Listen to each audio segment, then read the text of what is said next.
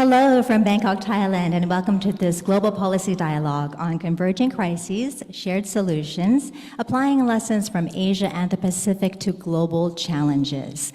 That's right, Asia is in focus today, and we will be looking not only at how the region can adapt global sustainable development lessons to solve some of its economic, social, and environmental challenges, but also at how Asia-Pacific can be a development leader for the rest of the world.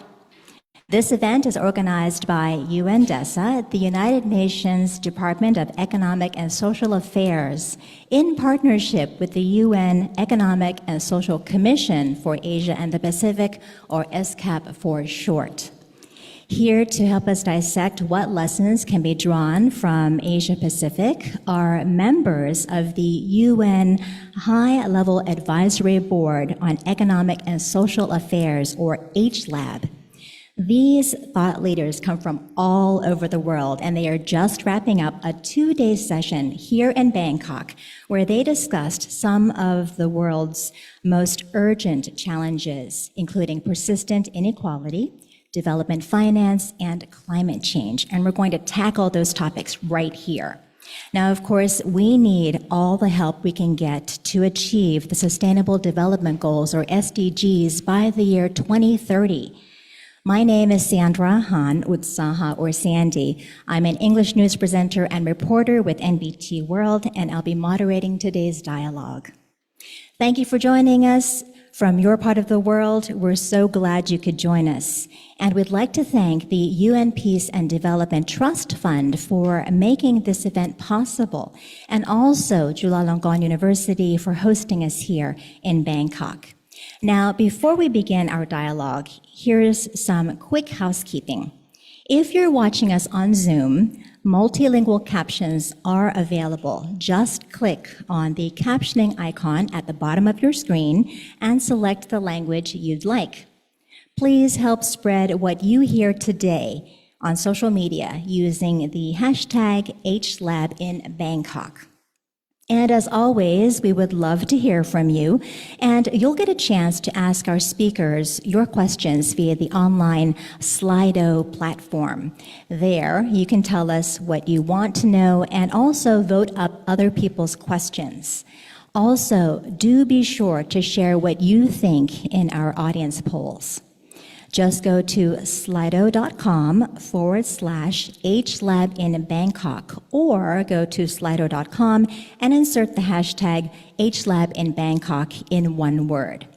Let's try Slido right now with a quick poll of you, our audience, with this question. From where are you joining us today? Is it Africa? Is it Asia and the Pacific? Is it Europe? Maybe you're in Latin America and the Caribbean, or perhaps you're in North America or Western Asia or somewhere else in the world. Now, I'll give you a few minutes to vote and get familiar with Slido. Again, just go to slido.com and use the hashtag HLabInBangkok to take part. Now, while you are voting, please let me introduce Mr. Naveed Hanif, UN Assistant Secretary General for Economic Development and Chief Economist, who will welcome you all to today's dialogue. Could I have a round of applause, please?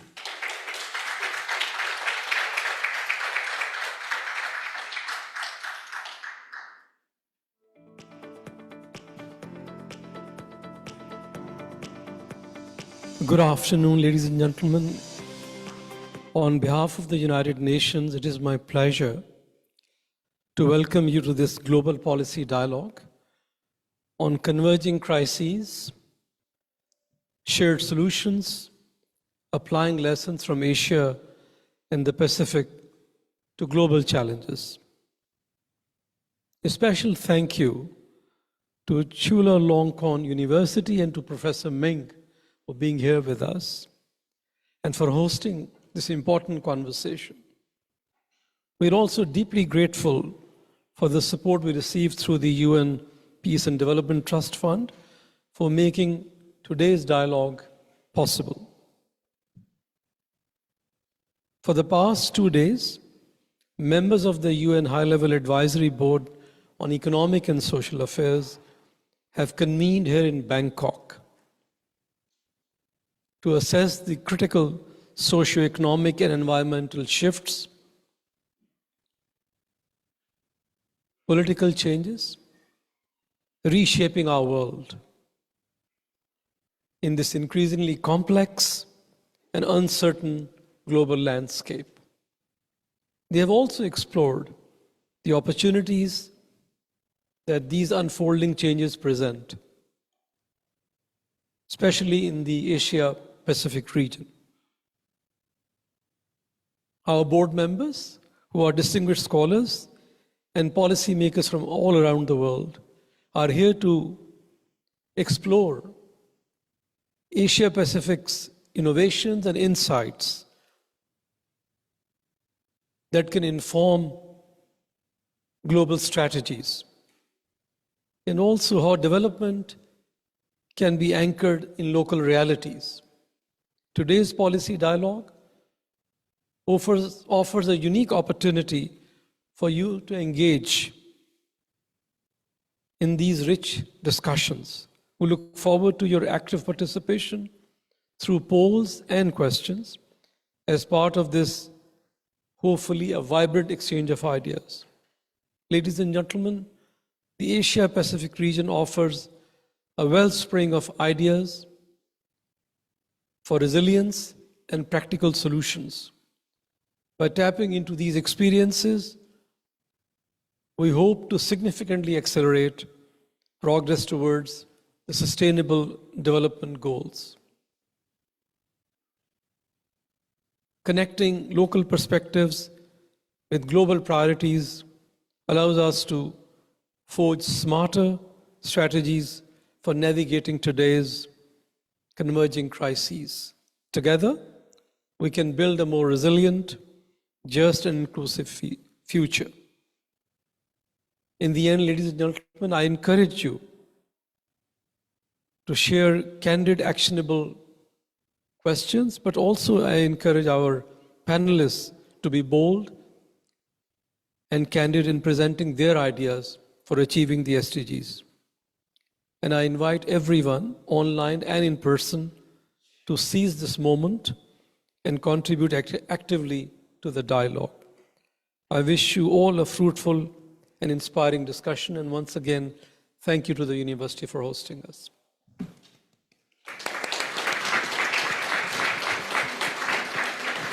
Thank you very much, Mr. Hanif, for that call to action and also that very warm welcome. I'm now happy to introduce Mr. Nopon Widwarapong, Dean of the Faculty of Economics at Chulalongkorn University, to deliver keynote remarks. Please give him a warm welcome.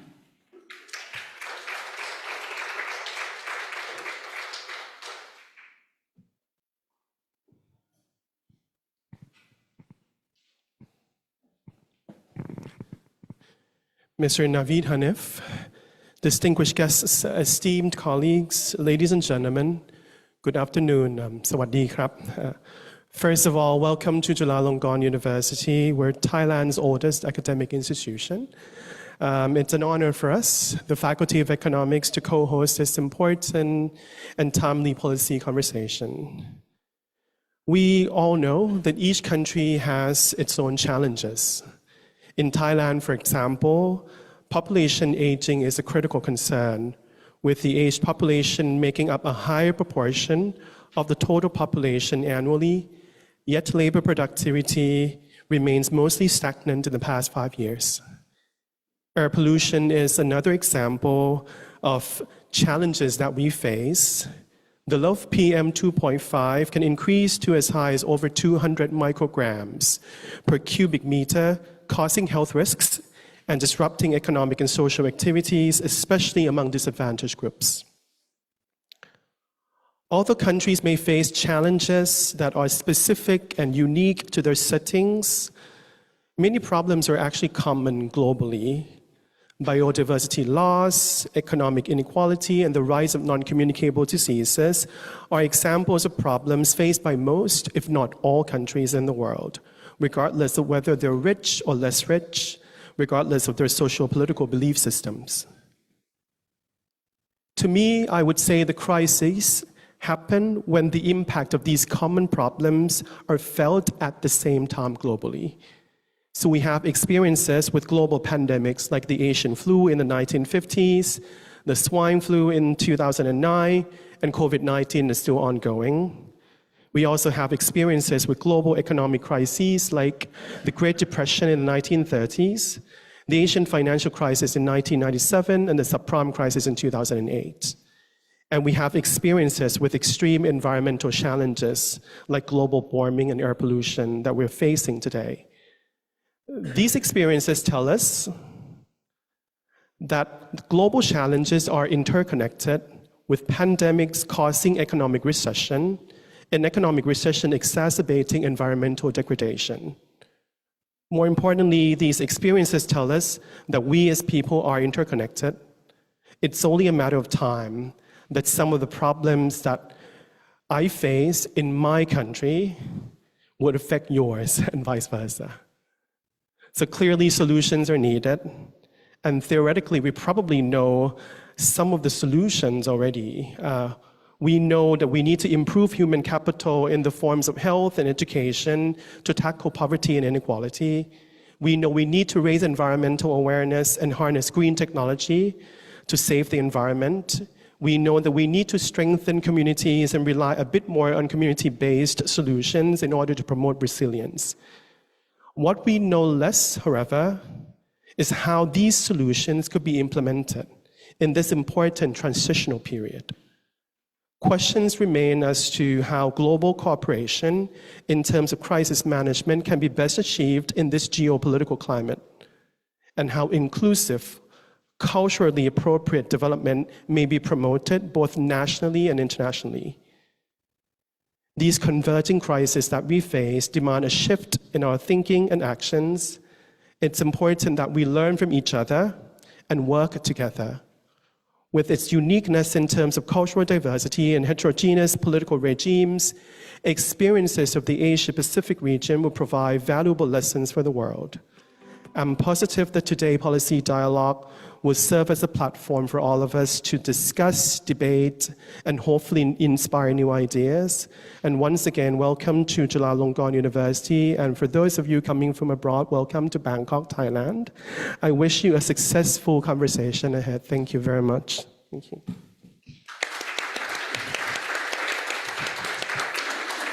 Thank you, Dean Nopon, for welcoming us. I'm actually a Jula graduate myself, so I'm happy to be home. And thank you for the food for thought as we head into our discussion. But first, let's see how our audience voted in our poll and find out where you are joining us from today. Wow, 76% from Asia and the Pacific, of course, not a surprise, right? So everyone is interested in seeing what we can do to further our future, right? We've got 20% from Europe, 2% from North America, and 2% from Western Asia. Oh, Europe just went up to 21%. Okay, so they're interested in what we have to discuss as well. All right then, friends, it's time for us to move on to the discussion. The topic of our first panel for today is leveraging socioeconomic opportunities and perspectives of Asia and the Pacific to prepare for global challenges. And we'd like to begin by asking you all another question in our second poll. This time, we want to know, which of the following do you think is the most important area for Asia-Pacific countries to prioritize in order to strengthen resilience to global challenges? Is it A, investing in inclusive and sustainable economic growth, B, expanding access to quality education and skills development, C, strengthening social protection systems, D, enhancing regional cooperation and integration, E, promoting climate resilience, sustainable resource use, or F, something else? Now, while you are voting, allow me to introduce our first set of expert panelists and invite them all to come up on stage. So today, we are thrilled to welcome Parfait Ilandu, a professor of global development at the Brooks School of Policy at Cornell University. followed by Anastasia Gage, a professor at the Department of Global Community Health and Behavioral Sciences at the School of Public Health and Tropical Medicine at Tulane University. We also have Martin Kimani, CEO of the Africa Center in New York and former permanent representative of Kenya to the United Nations.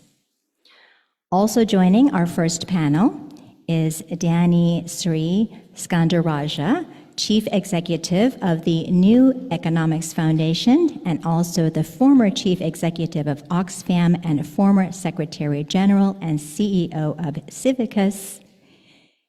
And rounding out our panel for today, we have Corey Udovicki, head of the Center for Advanced Economic Studies.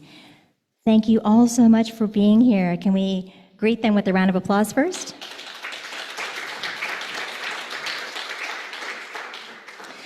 All right, let's take a quick look first at how our audience voted in our second poll. Now remember, this time we were asking, which of the following do you think is the most important area for Asia-Pacific countries to prioritize in order to strengthen resilience to global challenges? So can we see the results? Thank you. So it looks like more of the people are interested in investing in inclusive and sustainable economic growth, followed by expanding access to quality education and skills development, and then promoting climate resilience and sustainable resource use. All right, my guest panelists, now that we know what our audience is interested in, let me shoot some questions at you. And I'm going to start with Dani. Okay. Recent reports from UN DESA and elsewhere underscore the need for stronger links between global and regional responses. How can Asian countries shape and influence global discourse to ensure that regional realities and innovations inform global action?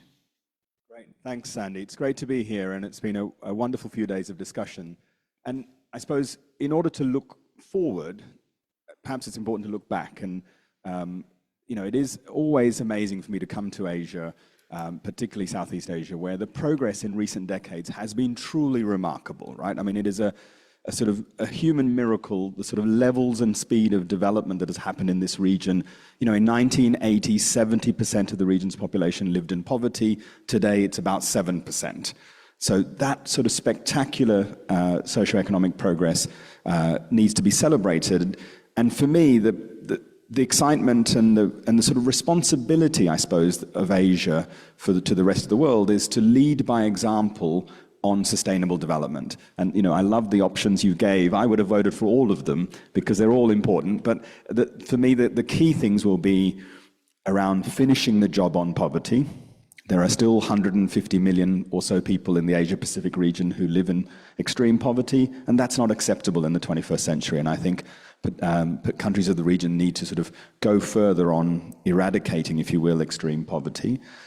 Secondly, when it comes to the Sustainable Development Agenda, I hope this is a region that can lead by example on things like a just transition, which I suspect you'll talk about during the course of this afternoon.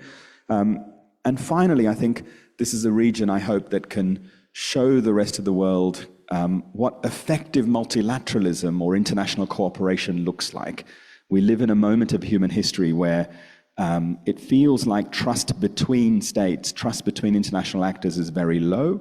And I think what this region has shown is you can't make truly sustainable progress unless you have effective multilateral or international cooperation.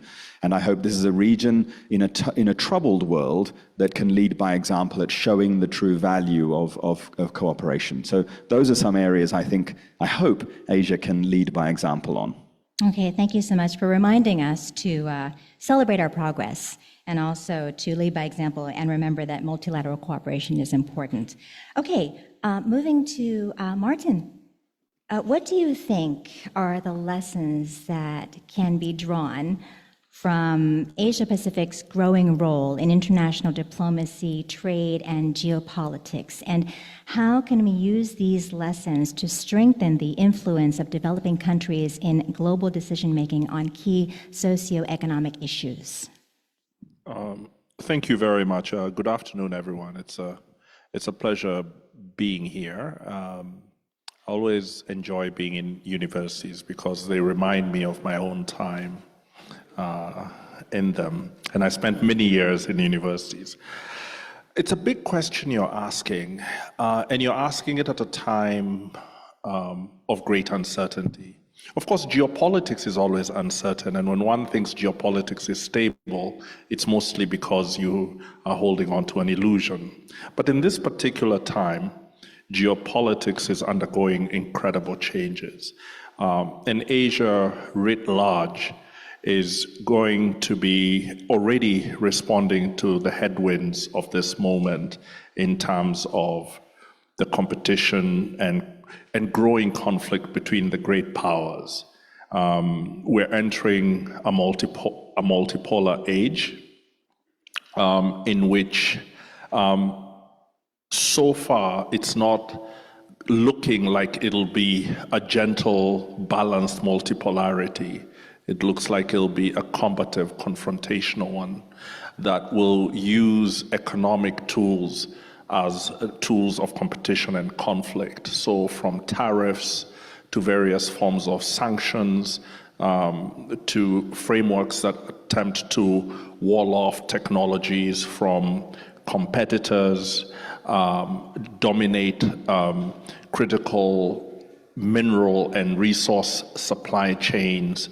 That's a kind of multipolarity that is looking likely to rise, with spheres of influence where power is more important than law, and where those who are weak endure whatever those who are strong want to do. That appears to be the multipolarity happening. So the lessons of this incredible success that Thailand and this region have had are going to need to be sustained here, but also learned from and applied in a very different geopolitical context.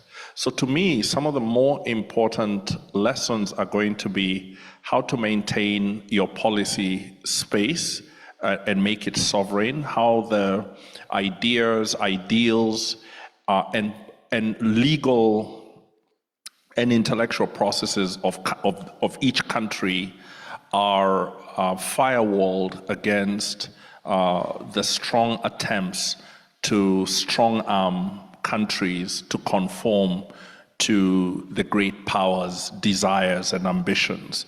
So how you protect your policy space is going to be very important. And I have always thought that part of the great success that this region has had is that you've thought for yourselves. You've applied lessons that are in line with your realities, your cultural, economic, and social realities, and you've aspired to transforming them for the better. In countries and regions that have been less successful, you will find that the society or the nation's ability to think freely and apply its lessons and its context to its policies and their implementation is less so. So I think the lesson is protect your policy space. 2, there's going to need to be a lot of innovation to deal with the demographic situation, aging populations, while needing to transition to perhaps more sustainable economies. And the whole time, the rest of the world is going to be looking to Asia as an example of what is possible. So when you go to Africa, if you ask an African policymaker, where are you trying to get to? They'll say, well, we'd like to follow the same path that Asia did. And so I think that's going to continue. So I hope Asia, Thailand continue to set a sort of glittering example of success, so that the rest of the world has inspiration.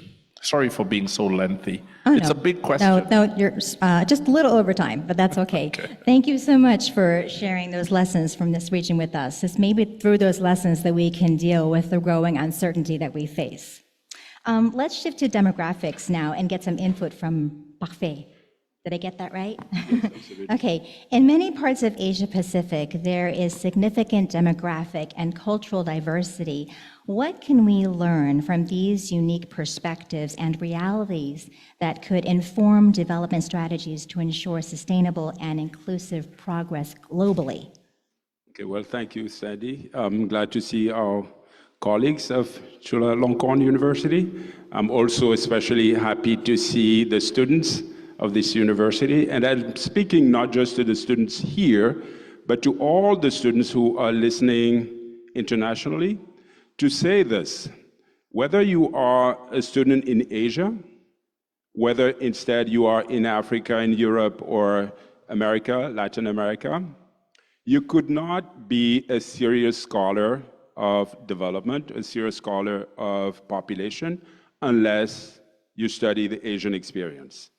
Because for the last half century, this region has been a living lab, a dynamic lab for learning how to deal with a host of population issues. The Dean of the Faculty of Economics told us about dealing with aging, but aging is not the only problem. It once was a problem of dealing with fast population, rapid population growth. Today, it's low birth rate. It's also gender relationship. It's union formation. It's aging. It's taking care of inequality and dealing with suicide rates. All of these questions, if you really want to study them in great depth, if you want to take stock of the range of policies that can be enacted to dealing with this, you would find lessons here. More broadly, if you really need to understand the dynamics between population and development, if you need to understand how to do people-centered development, you need to come to Asia.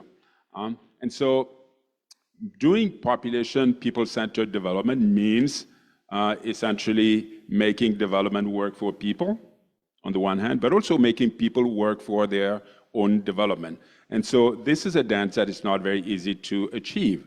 As you solve population problems, it actually creates new development problems that you didn't have before. And once you solve them, it creates new population problems. And you have to keep dancing around and adjusting as time goes by.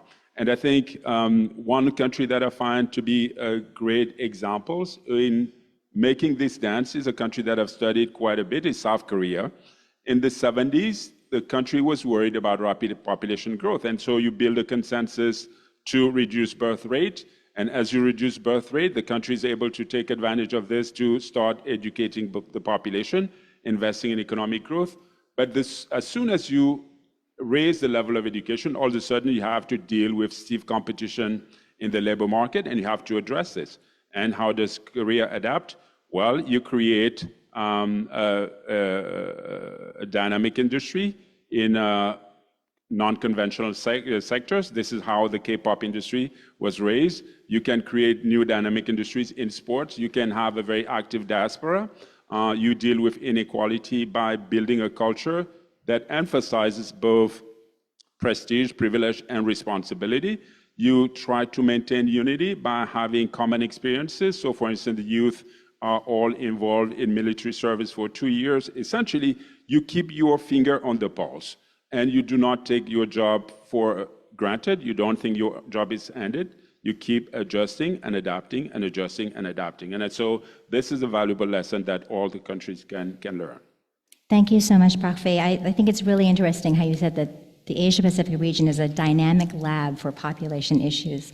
A great take on that. And I also like how you used our space here to talk to the students. We are in a university classroom after all. All right, moving on to Anastasia. Could we get you to share some of your insight now? The region faces public health challenges such as non-communicable diseases, aging populations, and health disparities.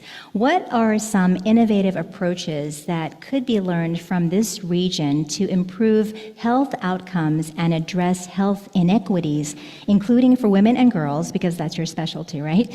While also preparing for future global health challenges. Thank you for the question. I'm really glad to be here, and thanks for the opportunity.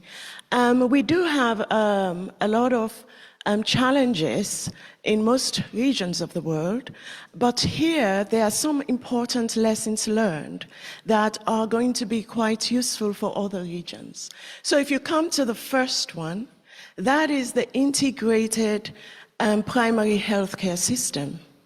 If you look at what Thailand has achieved in terms of promoting universal health coverage with the 30 baht scheme, that actually gives people access, especially the most vulnerable populations, to healthcare, both preventive and curative.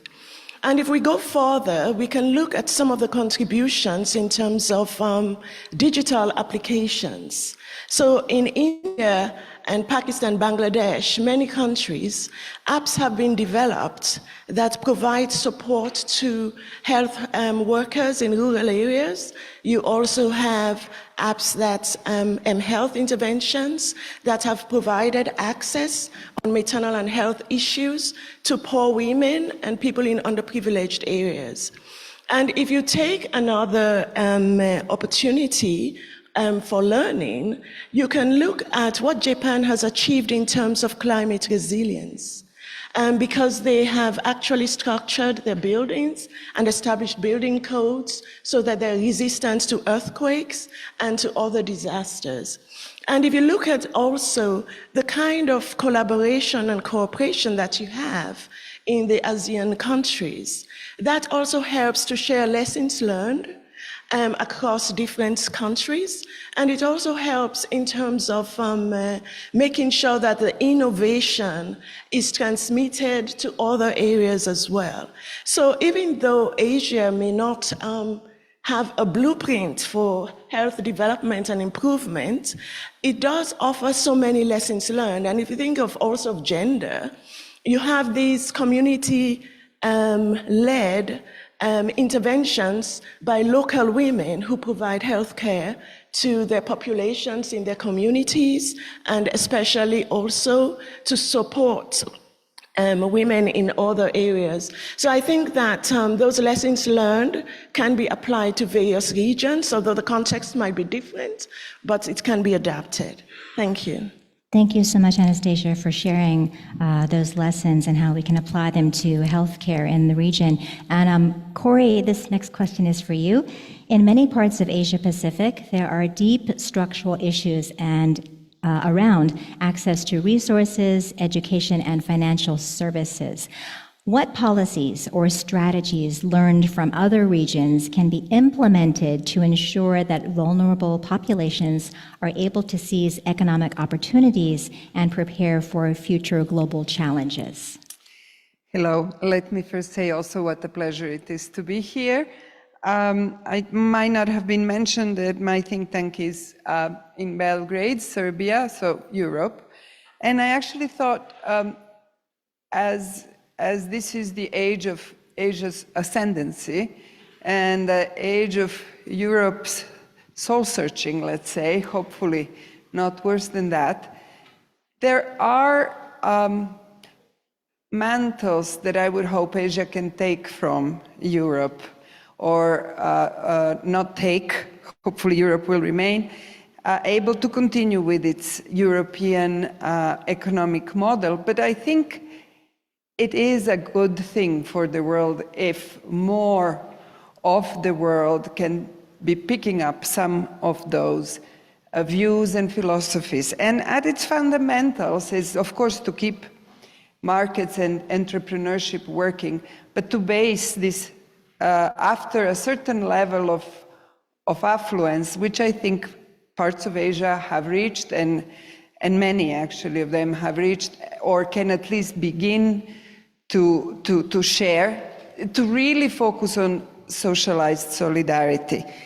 I think it is important, and I understand that LDCs cannot do it, but from there on, pretty much today, everybody can afford to treat health and education as both a right and an investment. Of course, one cannot immediately extend this right to everybody, but it's a question of views. It's a question of values. There is enough resources going around. it is also, especially in view of the very sharp demographic changes that are happening, important and provable policies that maternity leave and childcare, socialized childcare, are also a fundamental family, not only women's right, and important to start extending it. Finally, active labor market policies are also a form of solidarity that is visibly productive and can be conducted more actively together with industrial policies that Asia is an example to the world for. Finally, regional integration and cooperation, and an approach where, in fact, the entire region's development is perceived as integrated, and the effort to develop and to help in sub-regions is focused on sub-regions, not necessarily only at the national level. There is also one thing that you shouldn't emulate from good old Europe, and it's bureaucraticness. To the extent that you move towards more integration, focus on what you want to accomplish with it, and then create institutions that do it. Do not question and ask every shared policy to be adopted by consensus and discussion.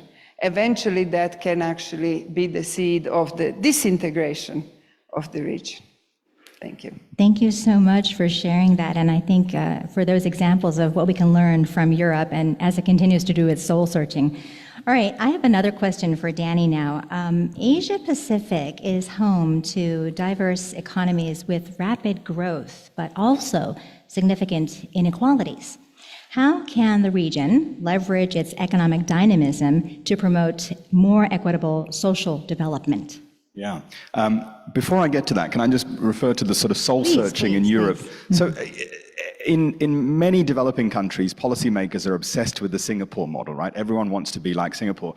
But yesterday I heard a radio program from the Svalbard Islands in the Arctic, far north of Norway, where the mayor wants to be more like Singapore. And that's because with the Arctic shelf retreating and more shipping expected, they want to make these far northern islands of Norway a bit more like Singapore. So maybe Europe's future is more Asian than we think.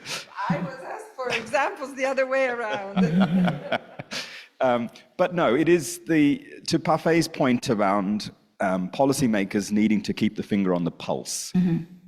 It's inequality and the pulse of what's happening on inequality that really worries me, because the miraculous success of the last few decades was that this is a region that in large part has achieved growth with equity. But all of the indicators suggest that some of those great advances are being reversed. Now, anyone who studies inequality will know that data are hard to come by, quality, consistent data. But one example of the sort of urgency of the situation is if you compare decade by decade the average Gini coefficients in Asian countries, and you look at, for example, China, there's been a 40-odd% increase in the average Gini coefficient inequality in China between the 1980s and the 2010s. In India, it's in Indonesia, it's a 23% increase. India, it's 11% increase. And when we look at the Gini for wealth, it's even worse, because those families, communities that have accumulated wealth are getting even better returns than those who have to work. And so, when you have rising inequality in any society, you risk the social fabric tearing apart, but you also undermine economic development or sustainable development, because those young people who are coming into the labor market are not being offered the sort of opportunities to earn a living, but also become socially immobile. And so I think that across the world, policymakers need to be much more focused on what to do, particularly around social protection for the bottom, but also about what's happening at the top. Because part of the reason we're seeing rising inequality is because of eye-watering levels of wealth at the top of the spectrum. We now have 3,000 or so billionaires in the world, many of whom come from Asia. India and China and other countries in this region are producing very rapid numbers of billionaires. Why is that? And what should policymakers be doing about that to sort of curb excess wealth, because that will undermine the social and economic fabric of the region? Thank you for putting such an important question forth, something for our policymakers to consider, definitely. I have a question for all of my panelists, and I'm very, very happy to have you answer. Given that local shocks now carry global consequences, what strategies can Asia and the Pacific adopt to build resilience at the national and regional levels while contributing to collective international solutions? Would anyone like to tackle that?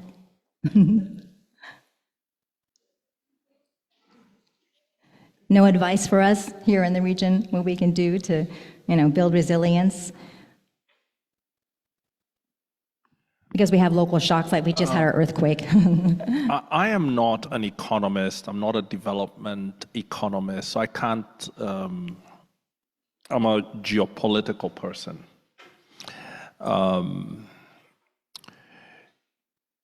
The last multipolar moment of the Cold War had a very important feature, which was the non-aligned movement. And that non-aligned movement, many countries took it differently. This creation of what started by being called the Third World, which was not a hierarchy of economies, but really a choice between the blocs that were in the Cold War, is going to be quite important to rehabilitate elements of that non-alignment, because very few countries are going to get to pick the right path exactly right in terms of when they take one side versus the other. So the creation of a non-aligned movement, and all the foundations of it are there politically, the memory of it is still there diplomatically, is going to be very important in being able to forge a middle path that allows this block of countries and regions to be able to take advantage of the opportunities presented by the different poles of power, and at the same time minimize the turbulence and the risks from that. Now, each of the major poles will be extending a language and an intentionality of you're either with us or against us. And the only way to blunt the effects of this kind of tactics of intimidation and attraction is to really have a block that we all belong to. So that, for me, added to the different elements that will come in terms of economics, development, is probably one of the most important features of resilience and stability in the coming decades. Thank you very much, Martin. Okay, and we have about 4 minutes left, so one more question. For all of you, or whoever would like to answer, what can we learn from Asian experiences and perspectives to enable a more integrated global response towards progress for the SDGs? Corey? Well, I can address this question, and the first one is the notion of resilience. Where does resilience come from? It may come from institutions that we build or resources that we set aside to deal with hard times, but resilience also comes from the heart and from culture. And one of the interesting features in Asian culture is this ethic of responsibility, not just to ourselves, but also to family and to society. If you think about why, one of the interesting reasons why you have good social protection systems in many Asian countries is that sense of responsibility to one's family. I was listening to the executive director of IFDA, and she was just telling me about these choices that she made about her career. This is a very promised and an accomplished person, but every single choice that she made about her career was dictated by the needs of her family, her parents' health, and so forth. This is not something obvious. And so resilience is, in part, built into culture And so to the extent that we can sort of spread that global culture and that sense of shared responsibility, that shared sense of common destiny, then I think we are in a better position to build resilience more globally. And so, I would let everybody else speak, but I could also address the second question if the time. Well, I would like to telegraphically just mention that a very complex feature of the SDGs is that they actually can be grouped in 4 pillars: an economic, social, an environmental, and institutional.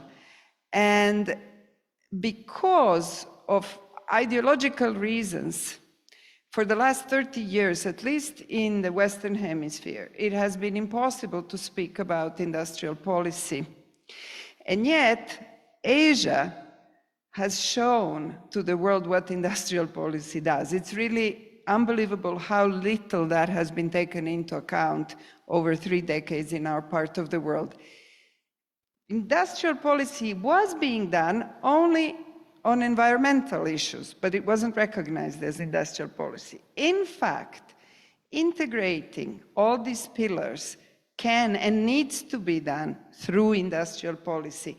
And the world can learn from Asia about how industrial policy is done right. It is also true that even in Asia, it sometimes has happened, or that after a while, problems with it emerge, which is that countries forget that the goal of industrial policy is to accomplish the goals and to move on. They have to be disciplined, they have to have sunset clauses. In our countries, at the other end of the world, that's a bit hard to accomplish, and therefore we have been convinced to ignore them. But without industrial policy, it's impossible to accomplish the SDGs in an integrated manner. And the way to, in fact, I will segue to what my colleague was saying about non-alignment, the way to actually integrate the world's cooperation towards those goals is to be exchanging this experience in a South-South exchange of knowledge. Actually, it would be much more useful than doing a North-South exchange of knowledge. But the structures for that need to be built. And if we do have that sort of structure to network and exchange directly experiential knowledge around integrated industrial policy, integrated transition, we would also be more resilient. Thank you, Parfait and Corey, for bringing up the importance of resilience from the heart and culture and industrial policy. I know you have more to say, but you're not going anywhere yet. We're going to bring the audience in now, and we're going to get some questions from them. And can we see the questions from the audience?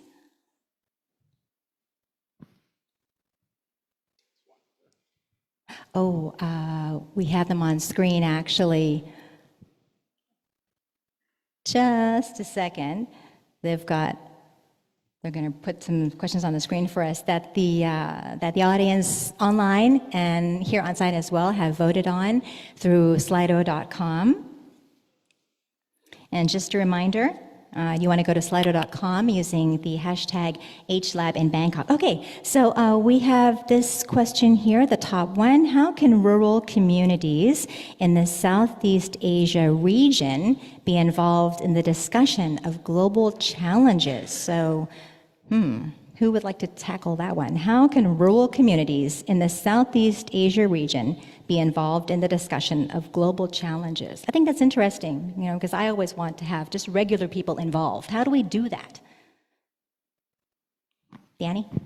Great question, and I think it's not just about rural communities in Southeast Asia. I would say we have to do much better at integrating all sorts of communities into discussions about policy. I mean, I have a real concern that so many of the democratic institutions that we have in our societies feel outdated, are not giving enough meaningful voice and participation to communities, those in rural communities, but also marginalized ones, minorities. And even majorities who don't feel particularly excited by elections every few years, it's not a very participatory or liquid form of democracy. And so I do think there's an opportunity, if we're going to give ourselves any chance of achieving Agenda 2030, there is a sort of technical element of it, delivering jobs, delivering the green transition, but there's also a means to an end, which is to make sure that all that we do feels participatory, that it feels owned by communities up and down the world. And in some ways, the challenge is to reimagine democracy for the 21st century, to make it more liquid and participatory. And if I may, I've just written a book called Power to the People, that's out in paperback and on Audible and Kindle, which is about some ideas about how we put people first. The policies will then come after if we put people first. Right. Kenya passed a new constitution in 2010 with a public participation clause that has very powerful potentiality. It basically makes any substantive public policy need to be subjected to public participation before it advances. And if it isn't, you can strike it down in court. And you can see the potential of this kind of constitutional right in ensuring that the voices of people from every part of the country are heard at the highest levels. So whether it's the president's actions or parliamentary ones, the executive, they're all subject to the voice of the people. But the second part that and it's not a solution I have, is a digital domain. We at the Africa Center published last year a global media index that was looking at the legacy media, the major mainstream media, and how it comments and what it prioritizes in its coverage of Africa. And we took the 20 biggest sort of legacy medias, as they're called in the United States. Now, this year, we've realized that actually, even though they're incredibly important, that the vast majority of news and opinion gathering and opinion shaping is happening on social media. And we've also then come to the realization that the algorithms that are shaping how voice is directed, ranked, and prioritized are actually owned by the social media companies, and it's a very huge power to have. So we're going to, over time, I think, and it's a technical and political and regulatory issue, is we're going to have to find out how to capture citizen voice, the right of speech, the right of association around matters of civic and economic concern. We're going to have to figure out how the digital domain allows our societies to think and engage with each other, and for people to be able to engage with government without their monetization and their being sort of directed to engage for reasons other than civic speech. It's a huge problem, but also a huge opportunity for those of you who are innovating in the technological space. How do we capture all that voice on TikTok, on Facebook, etc., that is commenting on these issues in a way that is able to move policy? Final point, last year in Kenya, there was a huge political uprising by young people. And if you Google that, or rather go find out about it, you learn a lot. One of the things that I found most interesting was that those people my age and who have been senior government officials, our impression was that young people were apolitical and that they were not engaged. When the uprising happened, they were sessions lasting 4 or 5 hours with 30 or 40,000 young Kenyans going through our budget line by line. The level of knowledge, it turned out that they've been paying attention this whole time. This whole time they've been paying close attention. And it turns out that they're deeply interested in the way the state operates. They're deeply interested in tax policy, employment policy. How do we go from that insight into our young citizens to finding pathways for them to have that interest be maintained and engaged by government and decision making across the board. That's our challenge and our opportunity. Thank you, Martin. And we have 1 more minute left. Yes? I can just add a quick and hopefully obvious point to the rural participation. I think rural communities, if we think about agriculture, are really at the forefront of new paradigm in development, development that is going to be greener, that is going to be healthier, and that's going to be more inclusive. If we transform food systems and agricultural systems in a direction that is less mechanized, less involving chemical inputs, this is a way to achieve healthier food. This is a way to reduce damage on the planet, and this is a way to redistribute sort of wealth and incomes across the social spectrum. And so rural communities, agricultural communities have a vital role to play. Okay, so we're actually being given a little bit more time. Let's do one more question. How could the Asian Tigers merging economy model be copied or translated to Africa? How could the Asian Tigers merging economy model be copied or translated to Africa? This is a question from Slovenia. Okay, just 2 points before the rest chime in. 2 ideas. One is sort of the managing of the demographic trends. Asia was very good at harnessing transformation in population, and so that's one first lesson. And Africa is now at a stage where they're going through a similar transition that Asia, for the most part, was going through in the 80s. And the second is just the role of the state. In some of the conversation that we had earlier, there was just this very strong advocacy to not do away with sort of strong states, but to build more competent bureaucracies, more competent administration that are going to be development-oriented. Okay, and I think we run out of time.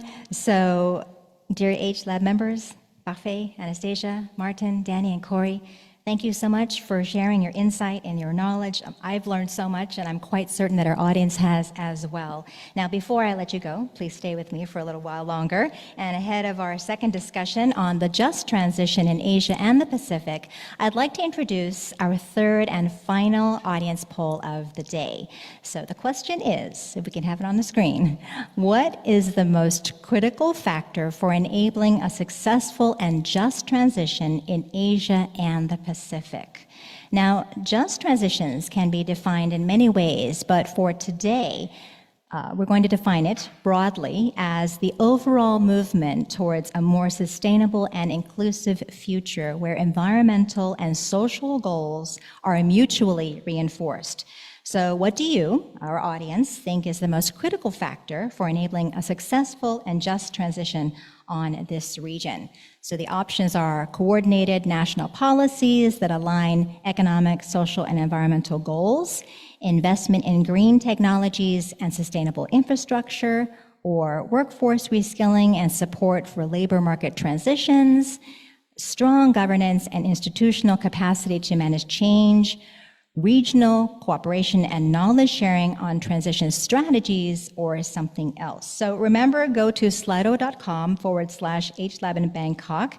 And our on-site participants, you do have a slip of paper on your table in front of you that should guide you how to participate on slido.com. And while you're all voting, I see the votes are coming in, but as you continue to vote, we will share a highly relevant video with you from UNSCAP about their Countries with Special Needs Development Report. Roll it, please. The Countries with Special Needs Development Report 2025 reflects on the progress made during the previous programs of action and the aspirations of the new programs. Since 2011, 4 countries have graduated from least developed country status. Positive steps are being taken towards resilience and growth, as 7 more have met the criteria. But progress remains fragile.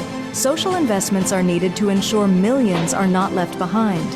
The least developed countries, landlocked developing countries, and small island developing states of Asia and the Pacific face steep hurdles. Isolated by geography, limited in resources, and small in population, their path to sustainable development is further constrained by climate change and disasters. National efforts alone are not enough. The international community has adopted 10-year action programs, yet challenges persist in a rapidly evolving world. The Doha Program of Action prioritizes smooth and sustainable graduation from LDC status, digital inclusion, and strengthening social protection systems. For landlocked developing countries, trade and transit agreements have improved, but progress must translate into real impact. The new Program of Action sharpens focus on trade facilitation, connectivity, and resilience. For SIDS, economic growth, diversification, and climate finance flows have seen modest gains. These states remain vulnerable to economic and environmental shocks. Digitally deliverable services offers an alternative approach to diversification and resilience. The Antigua and Barbuda Agenda for SIDS lays out an ambitious strategy for resilient economies, safer and more prosperous societies, and planetary sustainability. To turn ambition into action, these programs need clear targets, streamlined efforts, and unwavering international support.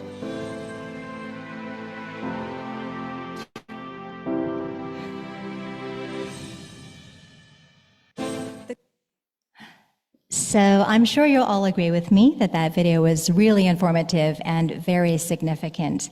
So how did you vote? Now remember, the question was, what is the most critical factor for enabling a successful and just transition in Asia and the Pacific?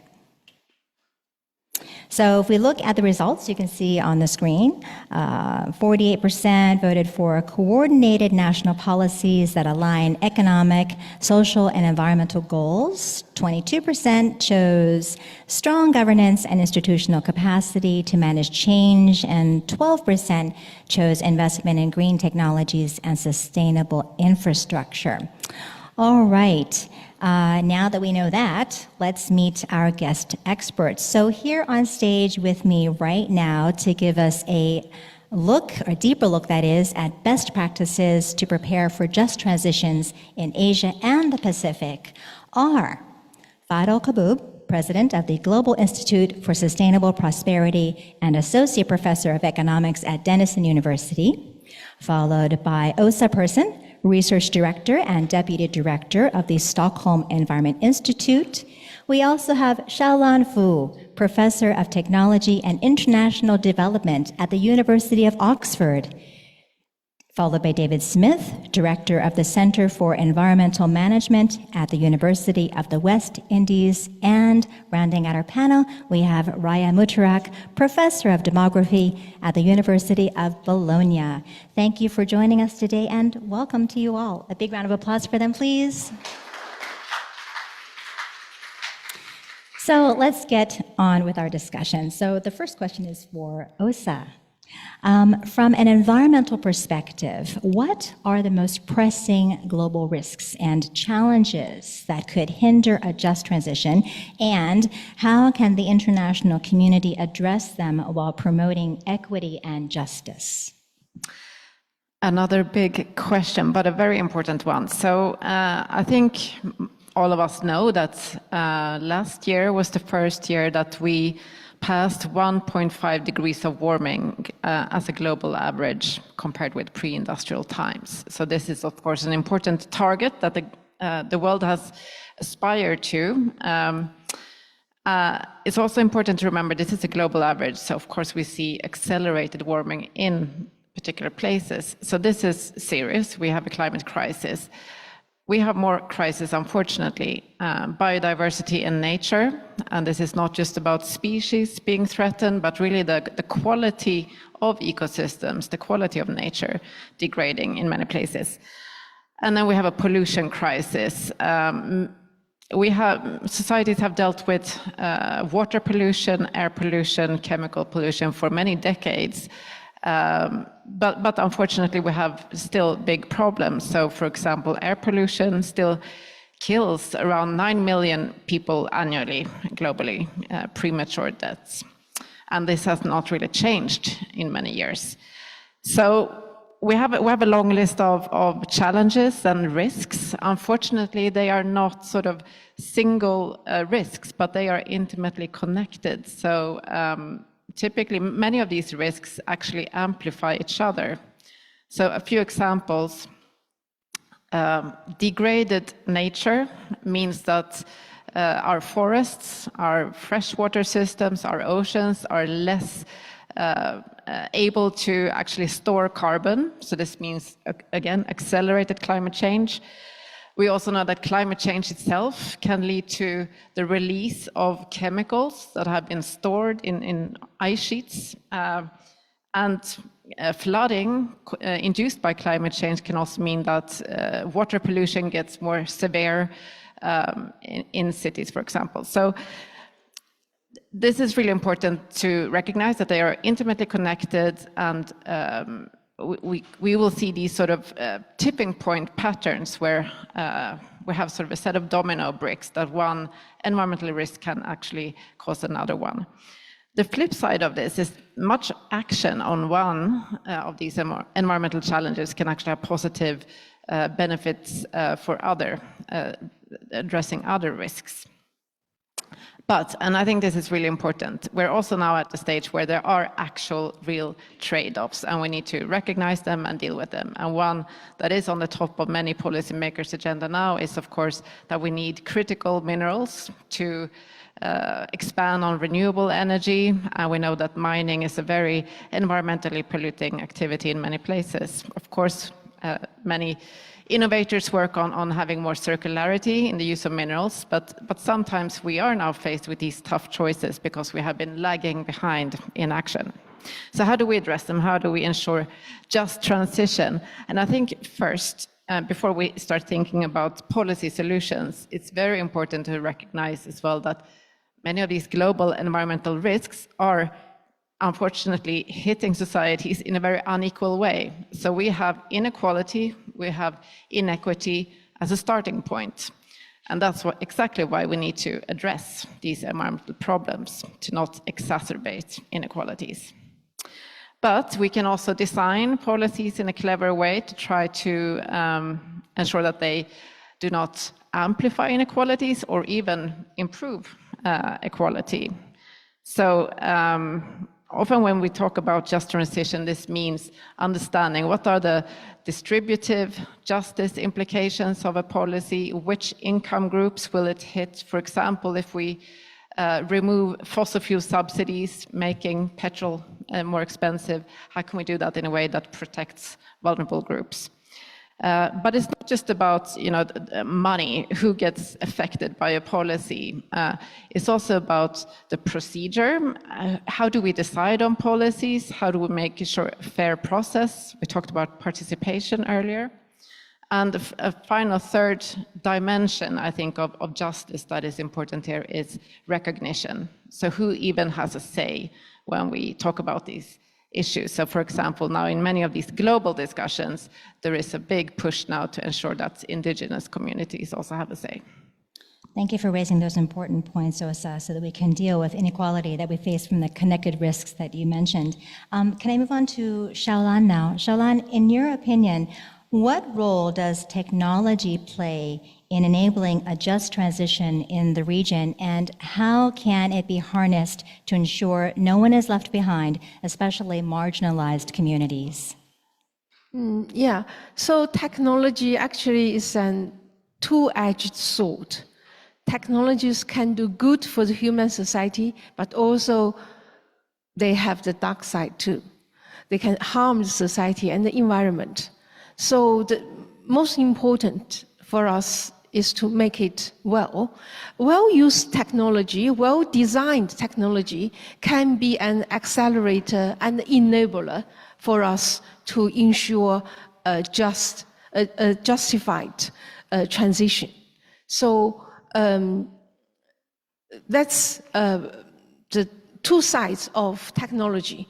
So in order to achieve that, to make good use of technology, first we need to make sure that we encourage the design, the development, and the use of technology for good, to do good for the human society. Secondly, is that we need to build up the technological capabilities in the society so that people can really harness the benefits from the technology for sustainable and inclusive society, so that we have a justified transition.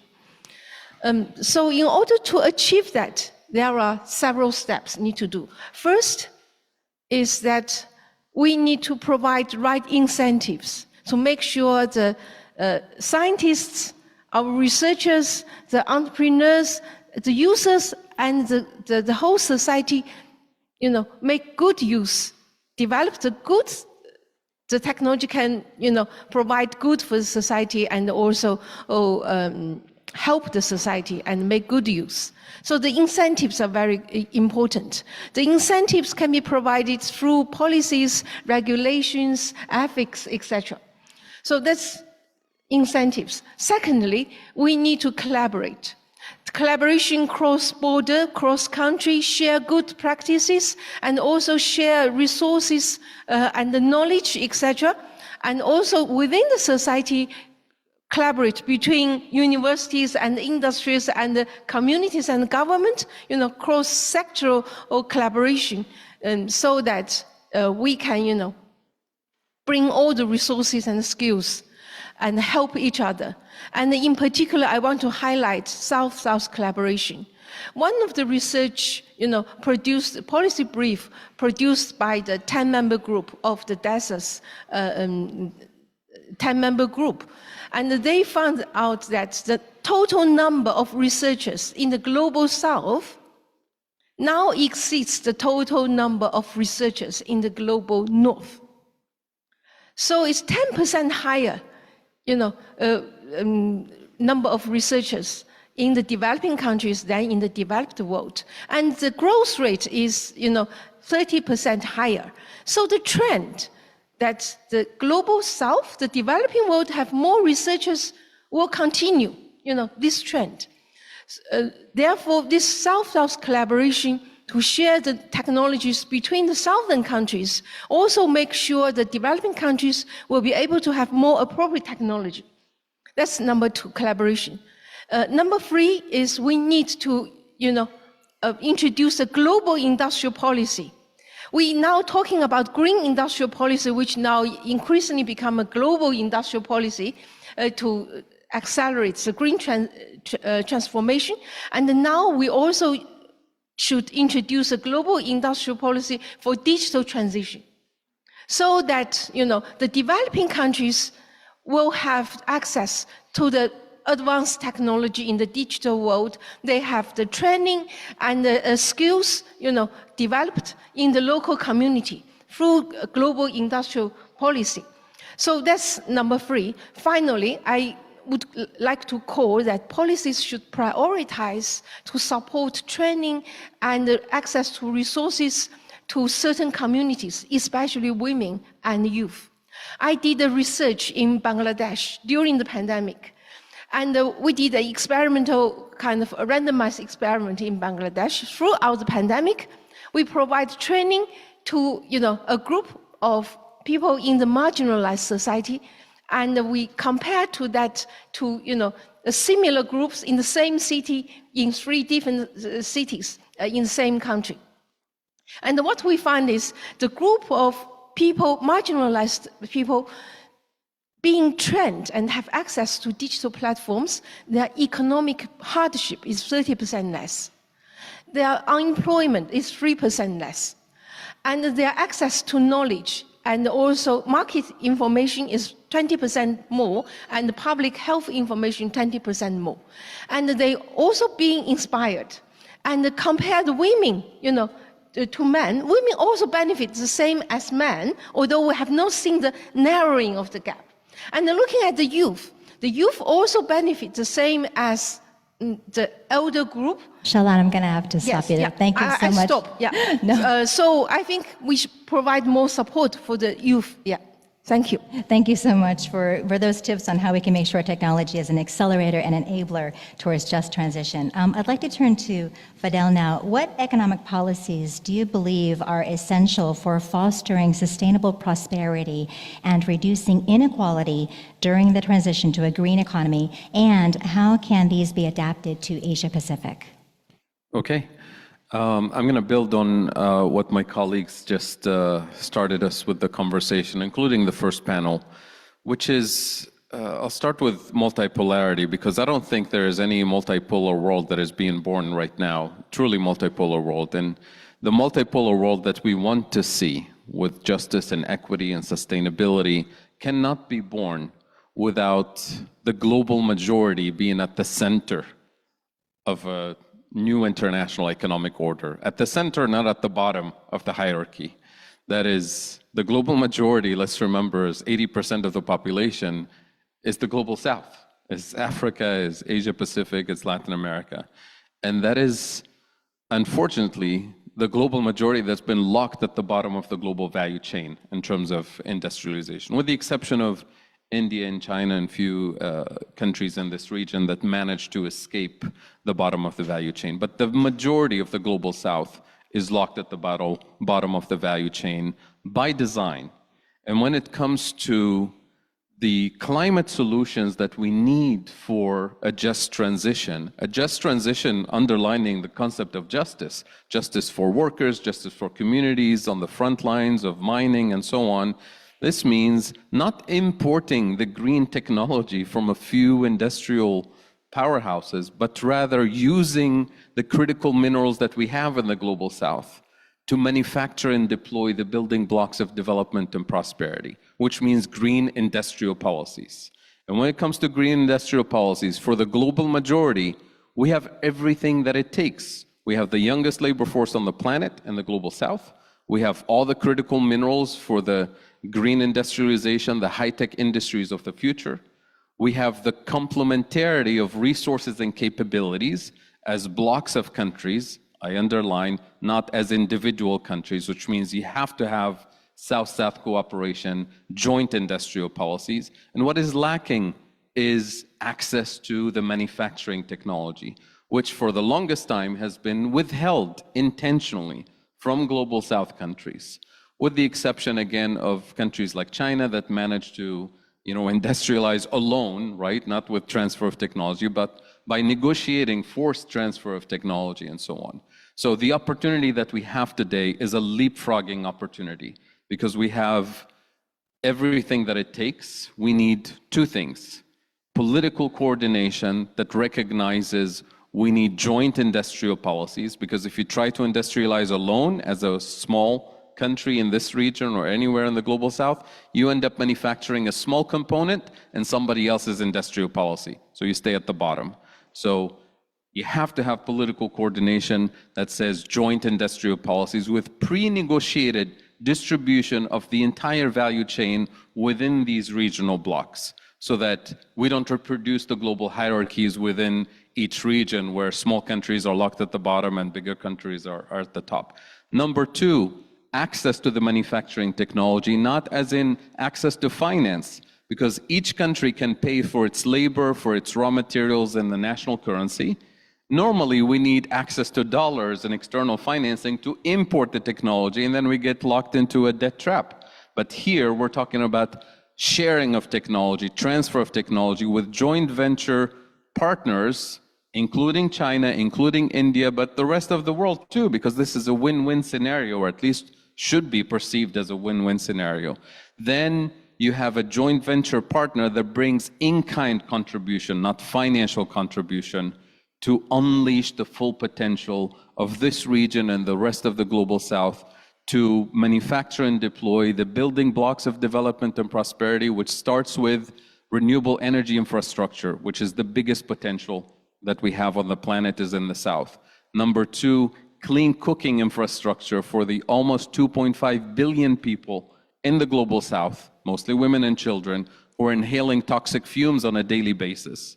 And number three, the green transportation infrastructure to build the logistics of development and prosperity. These are the starting points, but the beautiful thing about these three industrial policies that if you replicate the entire value chain, not just small components, the entire value chain gives you springboards for so many other consumer technologies, high-tech components that can continue to create and sustain job creation for decades for millions of young people in this region and the rest of the global south.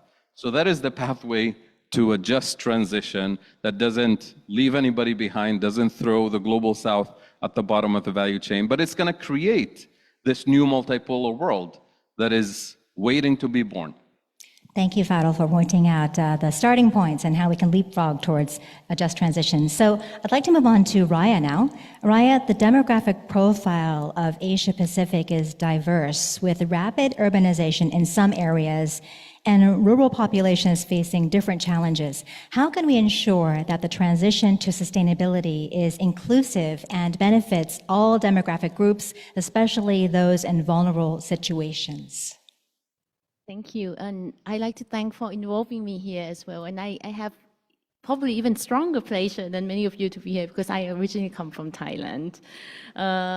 So to address your question, I think first of all, it's good that we recognize that there is diversity, and this is important because the impact of the transition to sustainable transition and the impact of climate change itself is not going to be distributed evenly across countries that we know, but we need to go down, right? Because within the countries, or even within the same household, it's going to vary. So say the impact on men and women would be different. Now we recognize that we have to identify. And here I would say the demography as a discipline can be quite helpful because we need to know, we used to count only population size, no? But we actually want to know who do we have as in the population composition and where do people live. So in this case, we need to go down because we want to know actually street by street, if we can, or province by province, what are the composition, what would be the population change in the future, and where do they live, and that's really important. And then we need to ask the next questions when one talk about, let's say, vulnerability to climate change. So what type of climatic impacts we are talking about? Because it's not going to impact people of different demographic characteristics in the same way, right? So for instance, if I talk about a heat wave, for instance, it's an urban area and it's an older population that it's more susceptible. We know that people age over 65 would be more susceptible, and slightly more women. Women tend to live longer, women tend to live alone, and that would be the target intervention. Because I think particularly when also in Asia Pacific and also for other regions as well, we don't have the resource to intervene for everyone in the country or in the society. So one need to target, one need to communicate. So that's, when we talk about heat wave, that's probably the elderly, older population, poorer population, for instance. But if I talk about vulnerability to floods and droughts, for instance, particularly for rural households that depend on agriculture for their livelihoods, it may affect their food security. Who is more susceptible to that? That would be young children. They need nutrients to grow up, so that would be also another type of target. So in the same way, if one talk about the just transition or the sustainable transition, which economic sectors are we talking about, right? So that's going to be the people who may rely on fossil fuel industry for their livelihoods.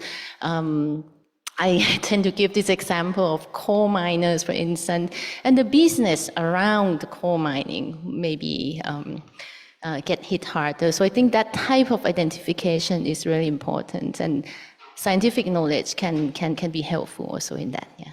Thank you so much for raising those important points. David, I need your help with this next question. Given your knowledge and experience in working for small island developing states, or SIDS, how can intra-regional cooperation and knowledge-sharing efforts among SIDS help different regions prepare for a just transition? Thank you very much for that question. We'll talk maybe not just about small island developing states or SIDS, but tropical islands generally. There are a lot of islands which are not states by themselves, but they're part of countries like the Philippines or Indonesia. We would need to, in just transition, focus a lot more on adaptation to already changing climatic conditions than trying to mitigate climate change. For one thing, most of us aren't contributing to climate change in any meaningful way.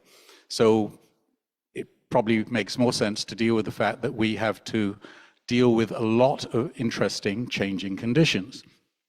One I'm going to talk about is coral reefs. And my colleague earlier on had mentioned tipping points. And a tipping point is something that happens as the climate is changing. Some things will change gradually. A tipping point changes very, very quickly. We want to talk about the coral reef tipping point. Coral reefs are found in tropical waters around the world. They're very, very important for a variety of reasons. They provide services, they protect our coasts from erosion, so coastal dwellers have somewhere to live. They provide places for fish to grow up so that people who live on the coast have fish to eat. One of the most important things they do is to provide beaches for us to have a tourism industry. And so if you are in the Philippines, if you're in Phuket, if you are in Montego Bay, if you are in Cancun, your livelihood, if it depends on tourism, depends on coral reefs. And coral reefs and the tourism from that can be very important to tropical economies. Some countries have more than 80% of their economy based entirely on tourism, and it's white sand beach tourism. Others may be as low as 20%. But when we hit 1.5 degrees centigrade above historical values, the world will lose 70 to 90% of its coral reefs. Now, why is that important to you in Southeast Asia or Asia? The longest barrier reef in the world is in Australia, and then every other country, practically, has coral reefs. So we're looking at losing between 70 and 90% of that, because bear in mind, the world is well on its way to pass 1.5 degrees. We can do that without even trying, and we're not trying. So we will pass it. When we hit 2 degrees above historical values, we will lose somewhere between 90 and 99% of the world's coral reefs. Scientists are exceedingly sure that these values are correct. So, for those of us who live and like to think that we're talking about beautiful tropical island tourism, we need to start learning from each other about a couple of things. Not how to stop it, because we can't, but how to live with tourism that has 1% of the reefs that we will have now.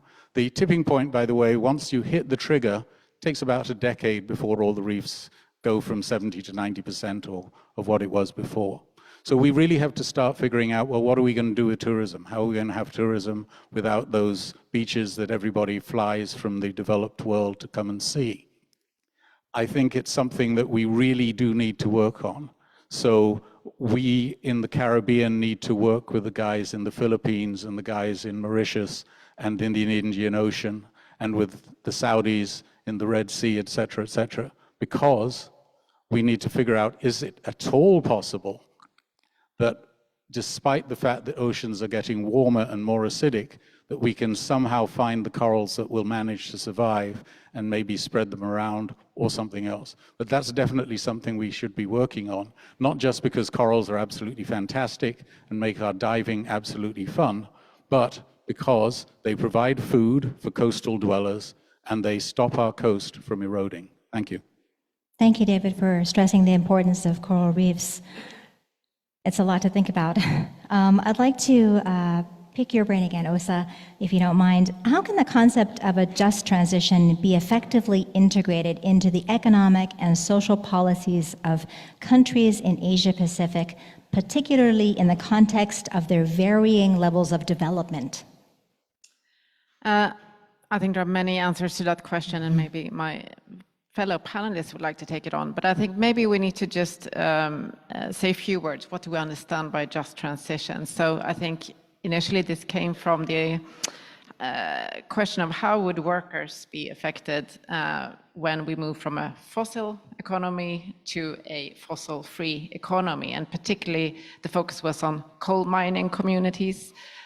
What does the sort of loss of jobs mean for those communities? How can we support them through various assistance policies, reskilling, etc.?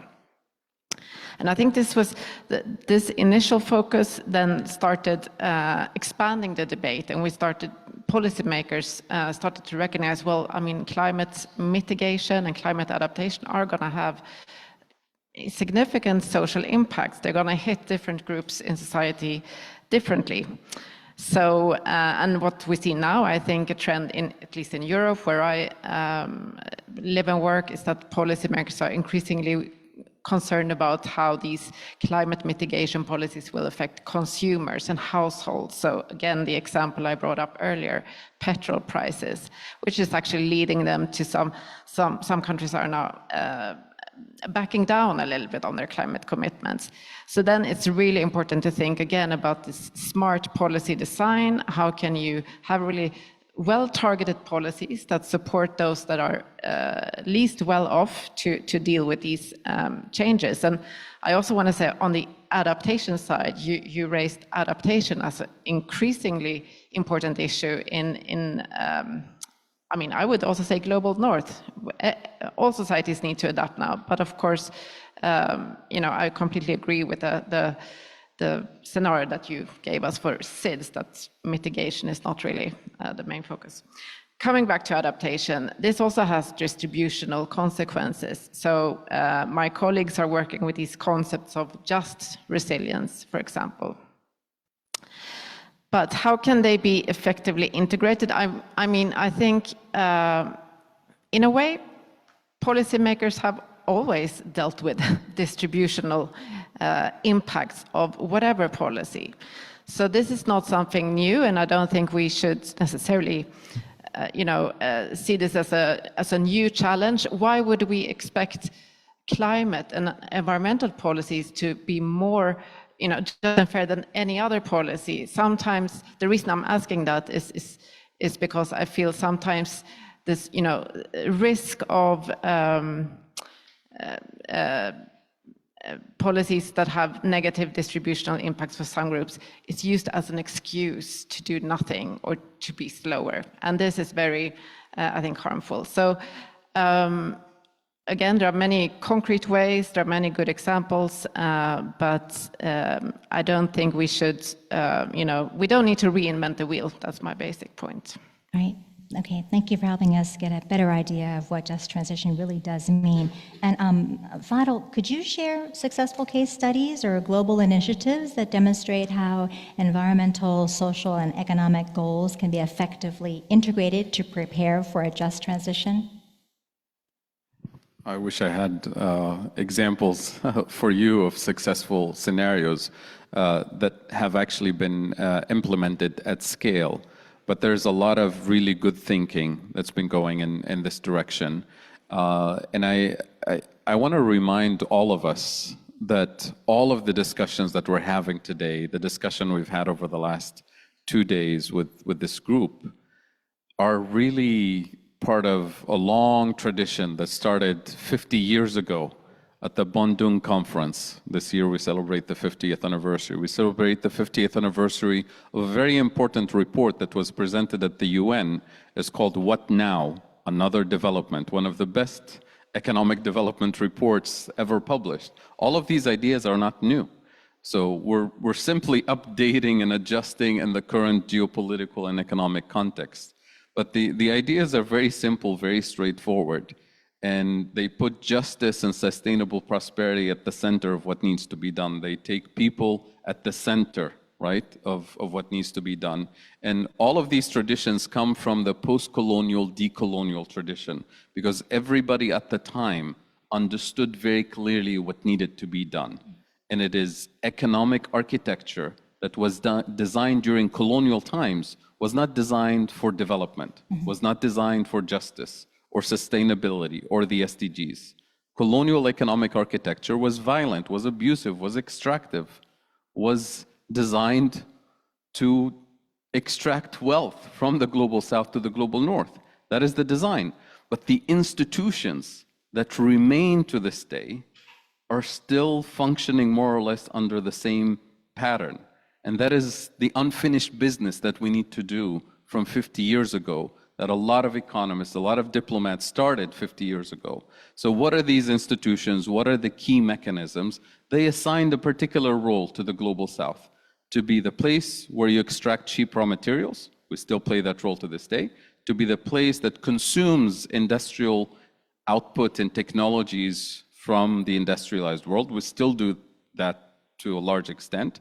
And number three, to be the place where you dump obsolete technologies, assembly line manufacturing that is no longer needed. And we call that development and cooperation and job creation, but effectively it locks you at the bottom of the hierarchy. So we still play the three traditional roles that were imposed on us. And a lot of that decolonial tradition that was born during the 1950s, 60s, and 70s and was interrupted violently sometimes needs to be born again today for us to have the multipolar system that we want. So a just transition is impossible under a colonial economic architecture, because that colonial architecture was not designed for that. So what we're seeing in the last few years is a massive revival of those traditions, sometimes reinventing the wheel and laying out policy documents and pathways and engagement with communities on the front lines of mining and so on, trying to revive that tradition that was silenced for decades. So if we're serious about the SDGs, if we're serious about the just transition, we need to go back to that tradition and revive it once and for all and finish the unfinished business. Okay, so we have unfinished business, right. Understood. All right, let's see what our audience wants to know now. Can we have a look at the questions from the audience that you all put in through slido.com? And remember, you can participate via slido.com. So let's take a look at the question on the top. Major share of greenhouse gas emissions comes from coal and oil, widely used in Asian countries for electricity production. What can be done and why not yet? Any ideas from our panel? Major share of greenhouse gas emissions comes from coal and oil, widely used in Asian countries for electricity production. What can be done and why not yet?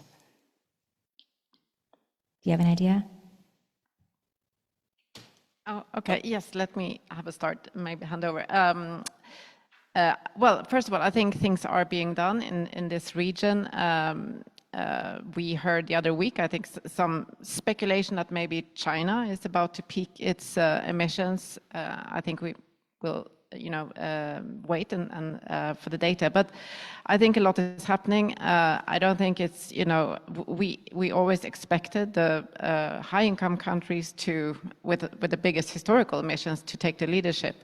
This is an established principle in the Climate Convention. So, high-income countries still have a big role to play, not just in sort of further reducing the emissions, really, getting on that net zero pathway, but also providing the climate finance. I think in different countries you're seeing movement away from coal and oil. One of the problems to bear in mind is, though, that these things are expensive. And to transition, and you don't just say, okay, well, we're just going to replace it with solar tomorrow. You can say the policy is to replace it with solar, but then you've got to actually put that in place. One of the things that is easier to do, and what you're seeing a lot more, is things like personal vehicles. And one of the things that they should be looking at in all the countries, not just here, but around the world, is how can we attack, say, public transport? There are buses which can run on electric, or we can use gas instead of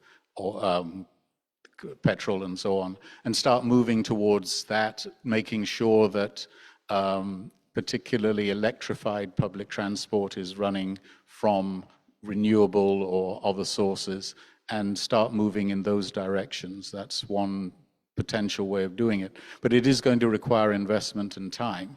And that's one of the problems. People don't want to spend the money, but it will have to be spent. So the sooner we start working towards it, definitely the better. Yeah, I think one of our panelists, I think it was Shalan, in fact, who talked about the need for investment. We need to invest, right? We have to be patient because we will see results if we're willing to invest. Did you want to add, Raya? I want to add on the different side, because in fact, many rural population in certain countries also haven't yet reached the core or the fossil fuel levels, right? So many people still don't have access to electricity or clean cooking fuel. So that type of transition, like access to clean energy, also need to be thought about. And we did a calculation also, even though would be a universal access to clean energy for everyone in the world, it's not an increased emissions that much, because it also requires another side of the world to reduce consumption too. Thank you. And we have more questions from the audience. Let's see another one.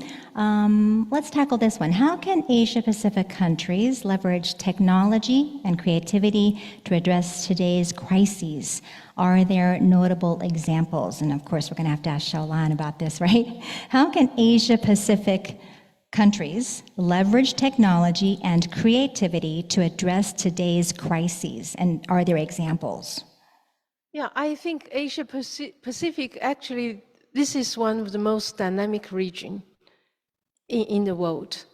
And we have, like the flying geese model, we have, leading innovating countries in this region, but also we have a lot of very dynamic regions, the middle income emerging countries, the tigers like Thailand, and also other countries, including those who, those countries who are in the lower income country or lower middle income country category, but they are still also very innovative, actually on the ground.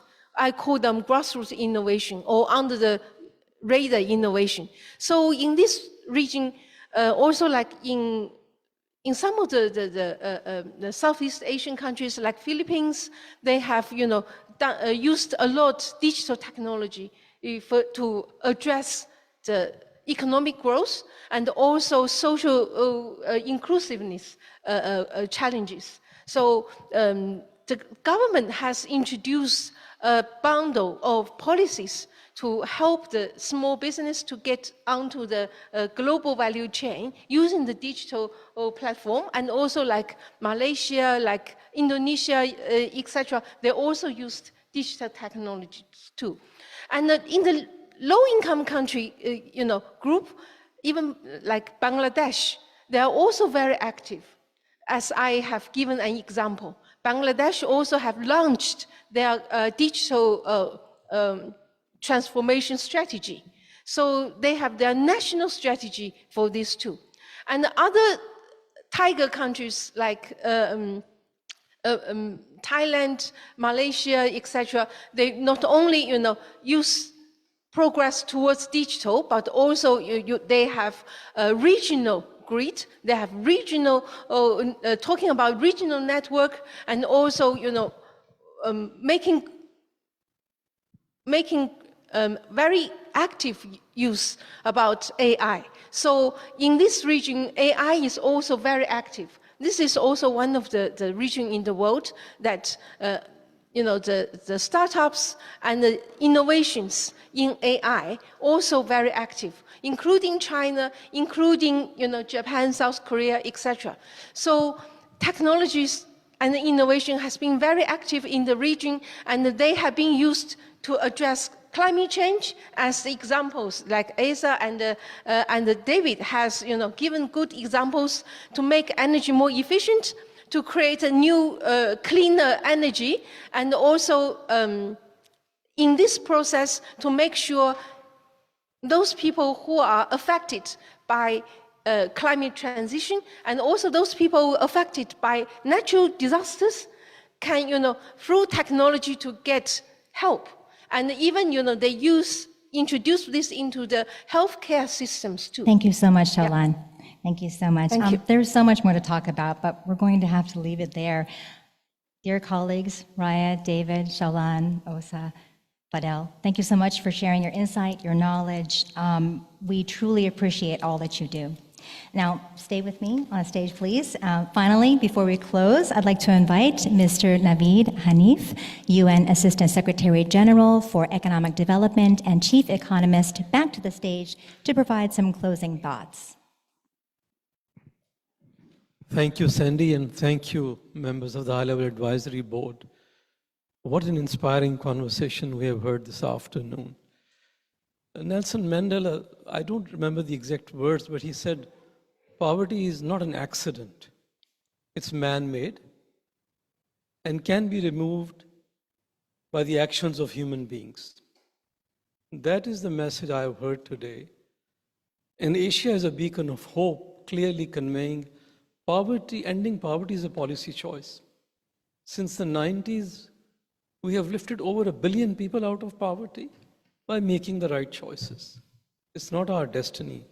And Asia has demonstrated with right policies, commitment, leadership, and proper investments, SDGs are not just ambitious goals, they are doable, they're achievable. We can end poverty, we can end hunger. So that's a message we have heard today. Our high-level advisory board members are telling us, despite this uncertainty and disruptions, do not give hope. We have solutions. All we need to do is focus. I also heard, let's rekindle the spirit of Bandung, the Afro-Asian solidarity, South-South cooperation. We need to help each other to get out of this challenge that we have to overcome. Asia has shown the pathway. Asia also has to deal with the issues of sustainability and just transitions, and I'm sure it will be a pathfinder for other parts of the world. Yes, architecture is not fair, but Asia demonstrates it's not an either-or question. While you are trying to change the architecture, you can still achieve development, improve the lot of your people. So let's not wait for the architecture to change. Africa needs to act, and Asia should help Africa. So that's also a question of solidarity and multilateral action, driven by commitment to help each other. Let me now mention 2 opportunities, especially those who are watching us remotely, that are coming our way, where we want all of you to engage, especially young students and those who are watching from Asia, from Europe, from Africa. First is the 4th International Conference on Financing for Development, which will be held end of June in Sevilla in Spain. We see this is the last opportunity before the deadline for achieving the SDGs to give massive investment push in the Sustainable Development Goals. The estimates for gaps are ranging from $4 to $7 trillion. If we are serious, committed, please generate momentum in your capitals with your governments to come to this conference to deliver something meaningful. People are looking towards the UN to make a difference in their lives by generating the investments, public and private, that are badly needed. Second opportunity, in November this year, will be in Doha, the 2nd World Summit on Social Development. Financing is useless unless it improves the lives of people. And social development is all about people and their lives and equality, decent jobs, and inclusion. So that's another opportunity in November where governments can make a big difference in moving this agenda forward, where every citizen in the world gets the results they're looking for in terms of meeting their aspirations and hopes. Once again, thank you to the board members. In the last 2 days, they have given us message of hope, optimism, and we can do it spirit. Thank you.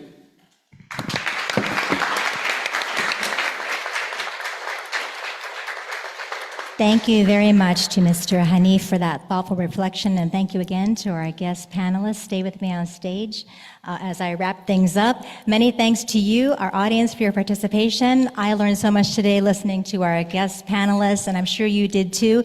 If you want to explore any of the social, economic, and environmental issues we talked about today, UN DESA has a host of public resources, and you'll find them all at un.org/DESA. Now, if you're on Facebook or Zoom, we're putting the link in the chat box for you. And for everyone joining us on Zoom, you'll see an exit survey pop up when you leave the meeting. So please do help fill that out for us, because we really do appreciate your feedback, because it helps us plan future events for you. Many thanks once again to our brilliant speakers and to you, our audience, for tuning in. And a big thank you to our colleagues at UN DESA and SCAP for coordinating everything. And let's not forget our hosts at Chulalongkorn University for allowing us to use this big, beautiful space. Have a wonderful rest of the day or night wherever you are in the world. And from me and the team here in Bangkok, see you in the next Global Policy Dialogue.